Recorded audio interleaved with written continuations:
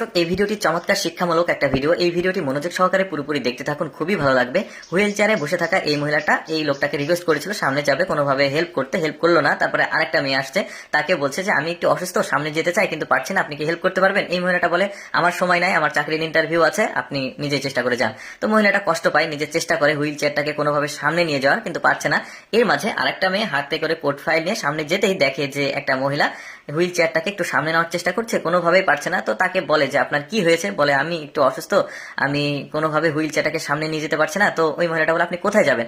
তো এই মহিলাটা বলে যে আমি একটু সামনে যাবো, আমার কাজ আছে।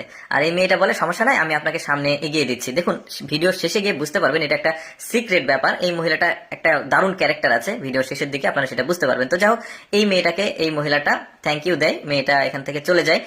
এই মহিলাটাকে একটু ভালোভাবে লক্ষ্য করুন, শেষে গিয়ে বুঝতে পারবেন। তো যাই হোক, এখানে চাকরির ইন্টারভিউ চলছিল, ওই দুইজন আগে চলে এসেছে আর এই মেয়েটা এখন এসে পৌঁছালো। তো এসে সরি বলে যে আমি আসলে দেরি করাতে দুঃখিত।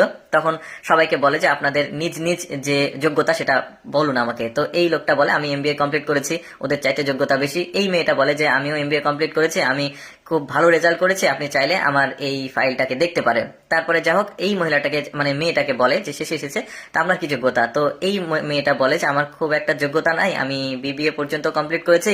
তো এরা হাসাহাসি করে, মানে এই মেয়েটা আসলে খুব লজ্জা পায়। তো এখন এই লোকটা বলে যে আপনারা হাসাহাসি করবেন না, আপনাদের কিছু পরীক্ষা আছে, আমি বলছি সেটা হচ্ছে আপনাদের ভদ্রতা, আপনাদের যোগ্যতা এবং আপনাদের সবকিছু মিলিয়ে আসলে আজকের এই ইন্টারভিউটি অনুষ্ঠিত হবে। আপনাদের কিছু প্রশ্ন করব, সেটার উত্তর আপনাদেরকে পারফেক্টলি দিতে হবে, তাহলে আপনাদের মধ্যে যে কোনো একজনের চাকরি হবে। তো সবকিছু বুঝিয়ে বলে, মানে ভদ্রতা, যোগ্যতা সবকিছু মিলিয়েই। তাই এরা ভাবতে থাকে কি প্রশ্ন করবে। তখন এই লোকটা কিছু প্রশ্ন করে যে আপনি বলুন আমাদের কোম্পানির প্রোডাক্ট সম্পর্কে বলুন। তো এই লোকটা মানে উল্টাপাল্টা বলতে শুরু করে, খুব একটা ভালো পারে না।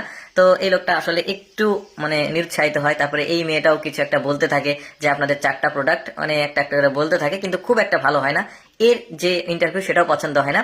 পাশে একটু কম পড়াশোনা করা যে মেয়েটা, মানে বিবিএ পর্যন্ত পড়েছে, তাকে জিজ্ঞাসা করতে সে সুন্দরভাবে বর্ণনা দেয় তাদের কোম্পানির 4টা প্রোডাক্ট আছে, প্রতিটা প্রোডাক্টের কি কি গুণবলী, কি কি উপকরণ দিয়ে তৈরি, কোথায় কোথায় বিক্রি হয়, কতটুকু বিক্রি হয়, সবকিছুই সে আগে থেকে আসলে ইন্টারনেটে সার্চ করে জেনে এসেছে। তো তার এই ইন্টারভিউটা খুবই মানে এই লোকটার পছন্দ হয়। আসলে আপনারা যেখানেই ইন্টারভিউ দিতে যান অবশ্যই সেখানকার কি প্রোডাক্ট, কি সার্ভিস সবকিছু জেনে গেলে কিন্তু ওই কোম্পানিতে আপনার ইন্টারভিউ দিতে সহজ হবে। তো এদেরকে বলে আপনাদের আমি চাকরি দিতে পারছি না, আপনারা চলে যান, মানে এরকম কোনো কিছু বলে। তো তারাও মানে একটু মানে বিচলিত হয়, একটু কষ্ট পায়, কিন্তু তারা একটু মানে এখানে বড় বড় কথা বলে যে আপনারা বললেন যে যোগ্যতার ভিত্তিতে চাকরি হবে, তো ওর পড়াশোনা তো আমাদের চাইতে কম, তাহলে কেন ওকে চাকরি দিলেন? কিন্তু মূল ব্যাপারটা ছিল একদমই আলাদা। এই মহিলাটাকে দেখুন, ভিডিও শুরুতে আমি বলেছিলাম হুইল চেয়ারে বসে থাকা মহিলাটাকে একটু মনে রাখবেন, পরে গিয়ে দেখতে পাবেন, মানে সিক্রেট ব্যাপার। এই মহিলাটা আসলে এই অফিসের বস, তিনি হুইল চেয়ারে বসে থাকার জাস্ট একটা অভিনয় করেছে এবং তাদের ইন্টারভিউ কিন্তু রাস্তাতেই নিয়ে নিয়েছে।